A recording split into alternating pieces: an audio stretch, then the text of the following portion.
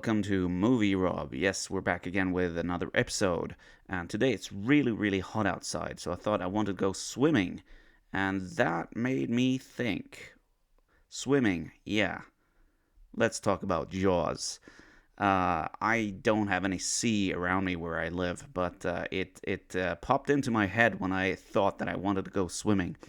So a lot of people, of course, are aware of Jaws, especially the first movie. It's kind of a cult blockbuster classic, but let's deep dive into the whole franchise. They progressively get, in my opinion, worse, the sequels. But there's only four of these films. I'm not here to judge them, but I'm here to introduce them in case you haven't seen them, or if you don't know what Jaws the franchise is. Then welcome aboard, buckle up, and it actually might make you not want to go swimming. So let's see. Jaws, here we go.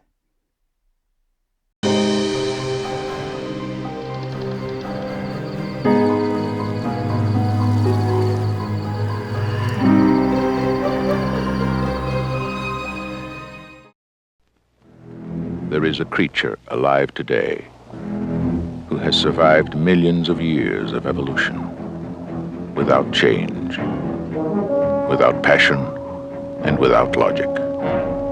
It lives to kill. A mindless eating machine.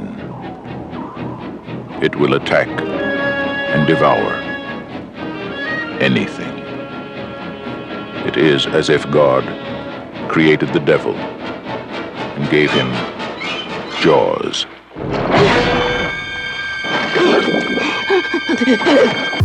Jaws is a thriller directed by Steven Spielberg and based on a novel by Peter Benchley. The story takes place in the fictional town of Amity Island, where a series of deadly shark attacks threaten the summer tourist season. Police Chief Martin Brody teams up with marine biologist Matt Hooper and professional shark hunter Quint to hunt down a great white shark before it claims more victims. The film became a worldwide phenomenon and is often credited with creating the modern summer blockbuster.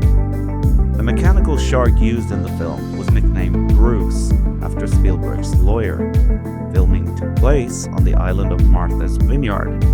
Spielberg chose the location because the surrounding waters remained relatively shallow far from shore, making it easier for filming the shark attacks. The mechanical shark frequently malfunctioned in the salt water. Because the shark often couldn't be shown, Spielberg relied on suspense, underwater camera shots, and John Williams' famous two-note musical theme. This accidental limitation helped make the film far scarier. The famous line, "You're gonna need a bigger boat," was not in the original script. You're gonna need a bigger boat. It originated as an on-set joke and was improvised by actor Roy Scheider. The film was notoriously difficult to shoot. What was originally planned as a 55-day production ended up taking well over 150 days. Spielberg was only 27 years old when he directed the film. The USS Indianapolis speech delivered by Quint, played by Robert Shaw, is considered one of the greatest monologues in film history. Despite being a film about a shark, the shark appears on screen for only about 4 minutes in total. Jaws won 3 Academy Awards for editing, sound, and music, and was nominated for Best Picture. It became one of the highest-grossing films ever made at the time of its release. More than 50 years later, Jaws remains one of the most influential thrillers ever made and is widely regarded as one of the greatest films in cinema history. Roy Scheider, Robert Shaw, Richard Dreyfuss, Jaws. See it before you go swimming. Jaws was released on June 20th, 1975. With a budget of $9 million, it made a total worldwide box office of $497 million.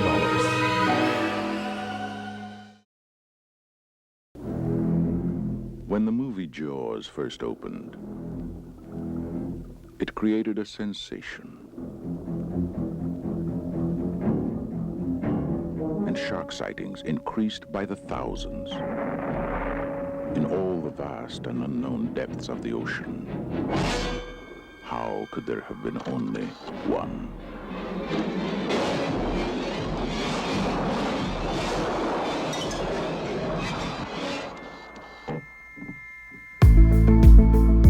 Jaws 2 is the sequel to the original Jaws.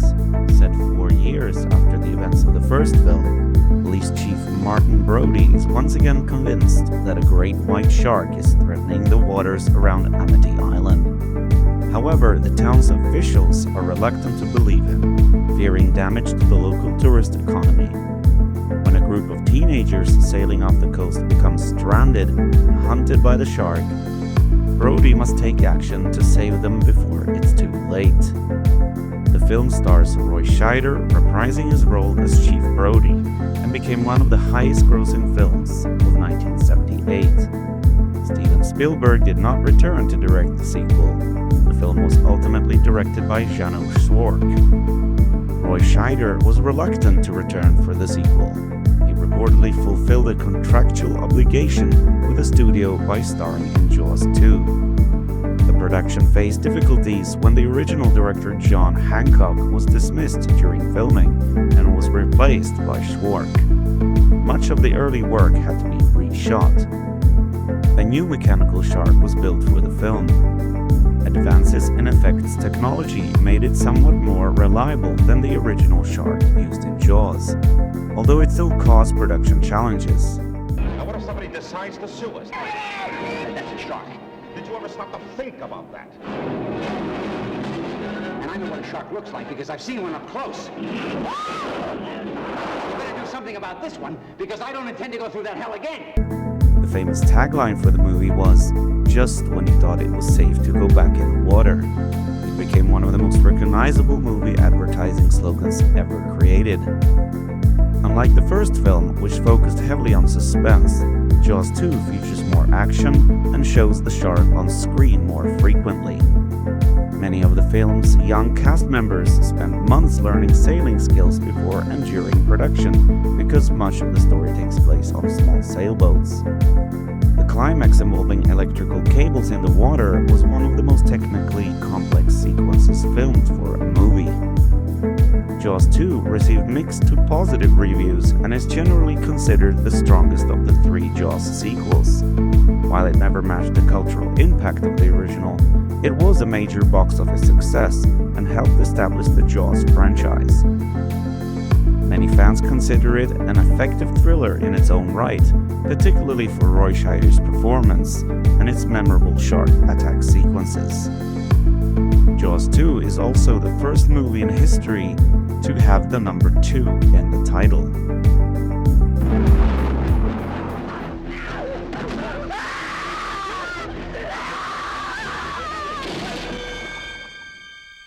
The all-new Jaws 2. See it before you go back in the water.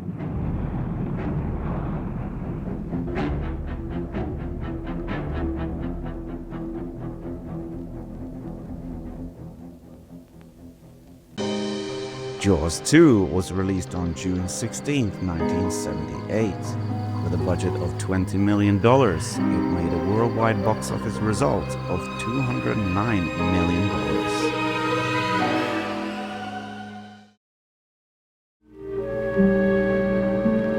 A creature alive today has survived millions of years of evolution. It lives to kill, a mindless eating machine that will attack and devour anything. One terrified you like nothing you have ever experienced when it captured your imagination and tapped your fear like no movie before it. Then, just when you thought it was safe to go back in the water, 2 continued the legend and spread the fear. Next summer, nature's most terrifying creature takes on an all-new dimension in an all-new adventure. And for the first time, the terror of Jaws will not stop at the edge of the screen.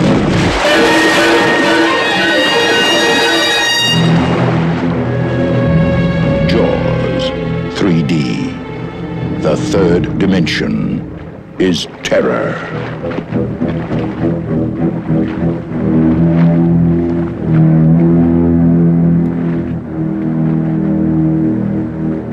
Jaws 3D is the third film in the Jaws series and takes a different approach from the first two movies. The story follows brothers Michael Brody and Sean Brody, now adults, who work at a large marine theme park in Florida called SeaWorld.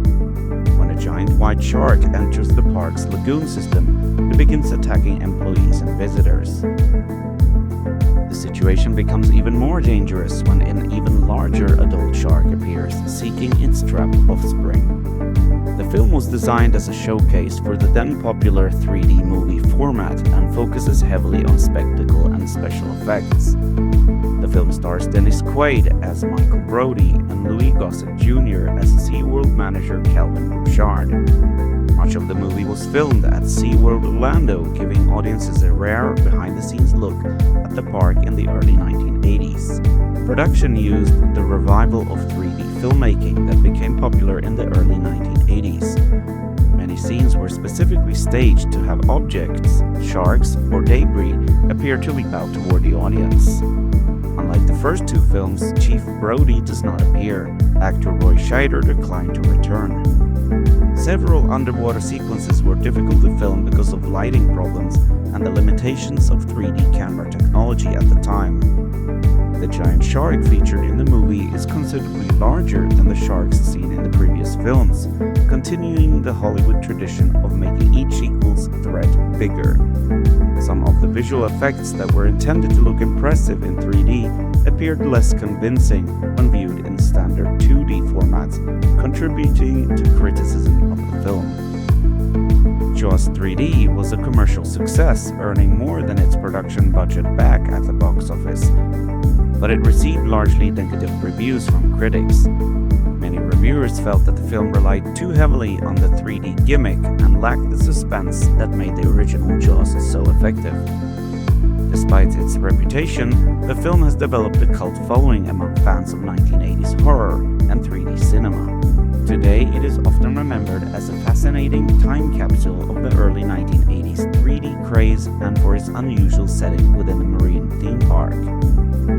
The film has a somewhat complicated title. When it was released in the cinema, it was called Jaws 3D.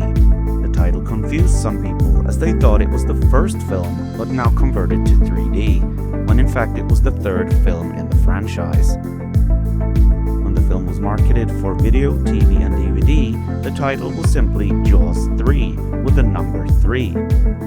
But strangely enough, when the title of the film appears on screen, it says Jaws 3, but written with a Roman numeral, as you can see in the following examples.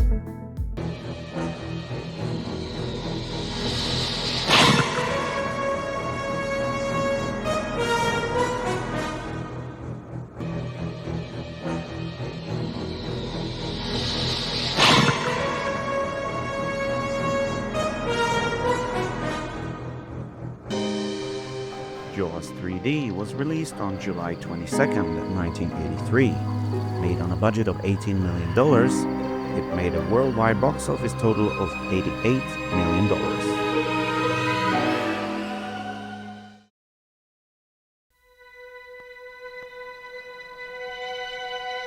Instinctively, man has always been drawn to the sea. Its beauty, its mystery, its secrets. But there is also a vague uncertainty, a sense of intrusion into an alien world, where man is unwelcome and completely at the mercy of the most terrifying predator on Earth. Man's deepest fear has risen again. Jaws, the revenge.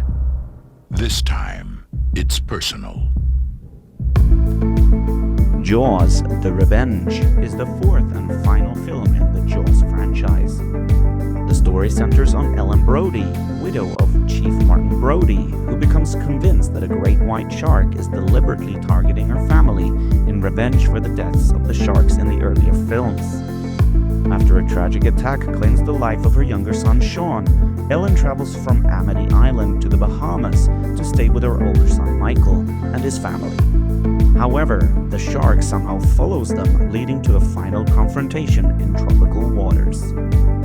Unlike the previous films, Jaws: The Revenge focuses more on the Brody family's emotional trauma and introduces the unusual idea of a shark seeking personal revenge. The film stars Michael Caine as the charming pilot Hoagie. Caine later famously joked, "I have never seen the film, but I have seen the house that built it." Lorraine Gary came out of retirement to play Ellen Brody one final time, and this remains her last film role. The movie ignores many of the events of Jaws 3D and effectively acts as a direct sequel to Jaws 2. Even some studio publicity referred to it as the third film in the series rather than the fourth. Filming took place in both Martha's Vineyard and the Bahamas. The contrast between the snowy New England opening and the sunny Caribbean setting gave the film a very different visual style from the earlier entries. Test audiences disliked the original ending, forcing the filmmakers to shoot additional footage and create a new climax. As a result, multiple versions of the ending exists. One of the film's most criticized moments is the shark appearing to roar during the finale. Fans have mocked the scene for decades because real sharks obviously do not make roaring sounds. Jaws: The Revenge was heavily criticized upon release and is often listed among the weakest major studio sequels ever made. Critics particularly targeted the implausible plot, visual effects, and the idea of a shark hunting a specific family across the ocean. Many fans enjoy it as an entertaining, so bad it's good movie, and Michael Caine's performance remains one of the most memorable elements. Discussions on film forums and fan communities continue to debate whether the movie is an underrated guilty pleasure or one of the most infamous sequels ever made. Steven Spielberg had no involvement with any of the Jaws sequels after the original film. By the time Jaws: The Revenge was released, the franchise had moved away from a suspense-driven style that made the 1975 classic such a landmark in cinema history. Sweet Jesus, they're heading straight for it! Come about, Ellen! Ellen, come about!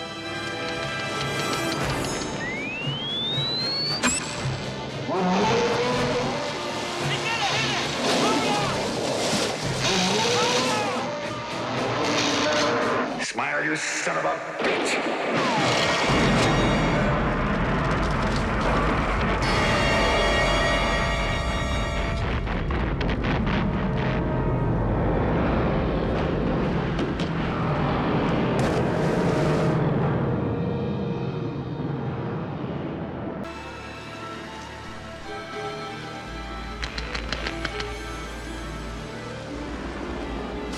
Sweet Jesus, they're heading straight for it! Come about, Ellen! Ellen, come about!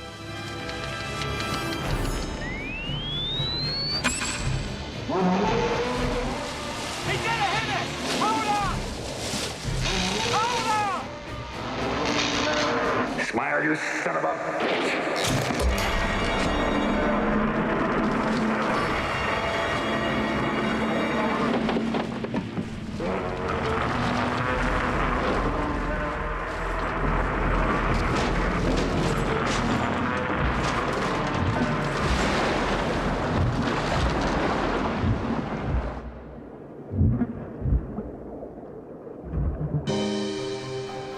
Jaws: The Revenge was released on July 17, 1987. Made on a budget of $23 million, it made a worldwide box office result of $51.8 million.